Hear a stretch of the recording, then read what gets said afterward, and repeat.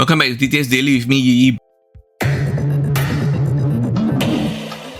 Breaking news, this happened on April 8, 2025 when thick smoke and fire erupted from the third floor of a 3-story shop house at 278 River Valley Road, Singapore at 9:45 am. The fire raged on the second and third floors, and footage you can see right here, individuals, adults and children are sitting at the window ledge outside the windows. It seems that they have no safe way to evacuate the building other than climbing out the window and sitting on the ledges while waiting for help.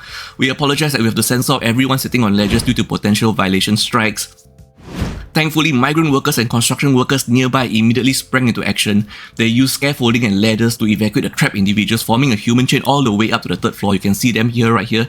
They are carrying children who are seated at the ledges from the third floor all the way down to the first floor, while members of the public crowd around on the first floor with their arms outstretched, carrying the children down to safety. As of now, we have 18 people reported injured, including 15 children and 4 adults, all taken to hospitals. Sadly, one child has passed away, as reported by the Straits Times.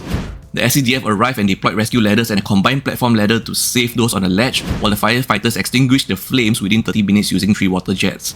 Approximately 80 people were evacuated from the shop house and nearby premises by SCDF and police. The cause of the fire is still under investigation. The shop house, Tomato Cooking School, which runs cooking camps for children.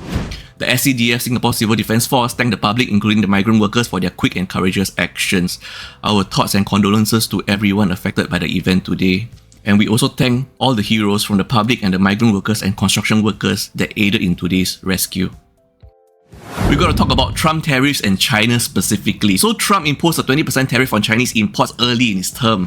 On April 2nd, 2025, Trump added an additional 34% tariffs, raising the total to 54%. China has now responded with a 34% tariffs on all US imports, and guess what? Trump isn't happy. So now Trump is threatening an additional 50% tariffs on Chinese imports if China doesn't retract its 34% tariff by April 8, 2025, which is today. This 50% additional tariffs goes into effect as of April 9, 2025, and you guessed it, if it implements, the tariffs actually goes over 100%. The tariff on Chinese imports into USA would reach 104%, which is the current 54% plus the additional 50%. Besides demanding China to withdraw its reciprocal tariffs by April 8, 2025, Trump is also threatening to terminate all requested talks with China. As you all know, Trump has imposed tariffs on nearly every country, with Singapore facing the baseline 10% tariffs, and Deputy PM of Singapore has opted for dialogue with US rather than retaliation. Trump now plans to halt talks with China and prioritize discussion with other nations instead.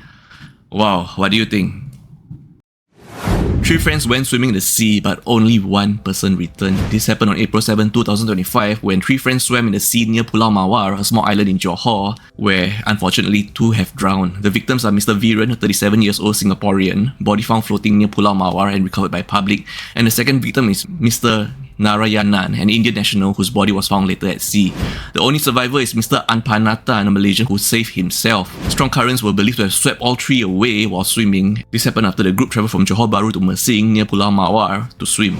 Stay safe, everyone. Take note that strong currents can overpower swimmers, even strong swimmers, leading to drowning as seen in this incident. And sea environments can change rapidly, making conditions unpredictable. So please do not swim out at sea without checking tide charts or even weather reports to make sure that it is safe to swim. And even if you choose to swim in the sea, you have to make sure that you are a certified strong swimmer. As we know, nature is unpredictable. Please don't park your car in the pool. So this man went drink driving and finally drove his car into the pool. On August 27, 2024, Mr. T, a 63-year-old man, drove his car into a swimming pool at Seletar Country Club after consuming alcohol at a corporate dinner. He admitted that he drank 2 shots of whiskey during the dinner, which started at around 7:45 PM, and decided to drive home at approximately 9:30 PM. And over an 8-minute drive captured on CCTV, you can see that Mr. T caused significant damage, including running over plants, dislodging a water pipe, denting a metal shed, damaging garden lights, tiles, drain covers, and a pool railing. The damage amounted to about 18,000 Singapore dollars. And then Mr. T finally drove his car into the closed swimming pool, and then he reversed out, and listen to this, and then drove the front half of the car back into the pool. You did not hear wrong.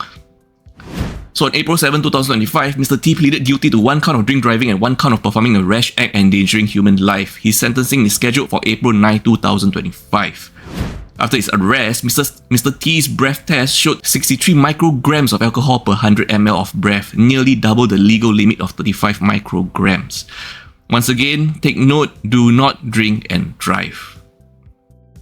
And for our last story of the day, this content creator Time Tells, a luxury watch dealer, actually left a 60,000 AP watch, Audimas PK watch, unattended on a bench at Malayan Park, Singapore as a social experiment just to show how safe Singapore is, okay? He posted this on TikTok on April 5th, 2005 and has garnered probably by now, if you're watching this, maybe even 200,000 views.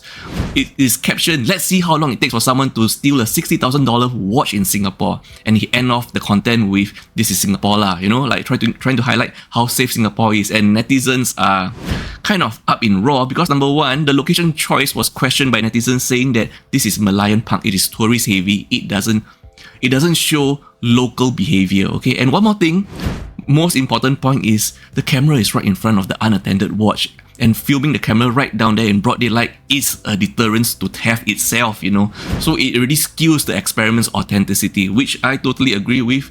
And some netizens have really funny comments, as you can read here, even suggesting some locations where he should do the experiment with a hidden camera instead. The creator Time Tells retrieved the watch, obviously pleased with the result because his $60,000 watch didn't get stolen.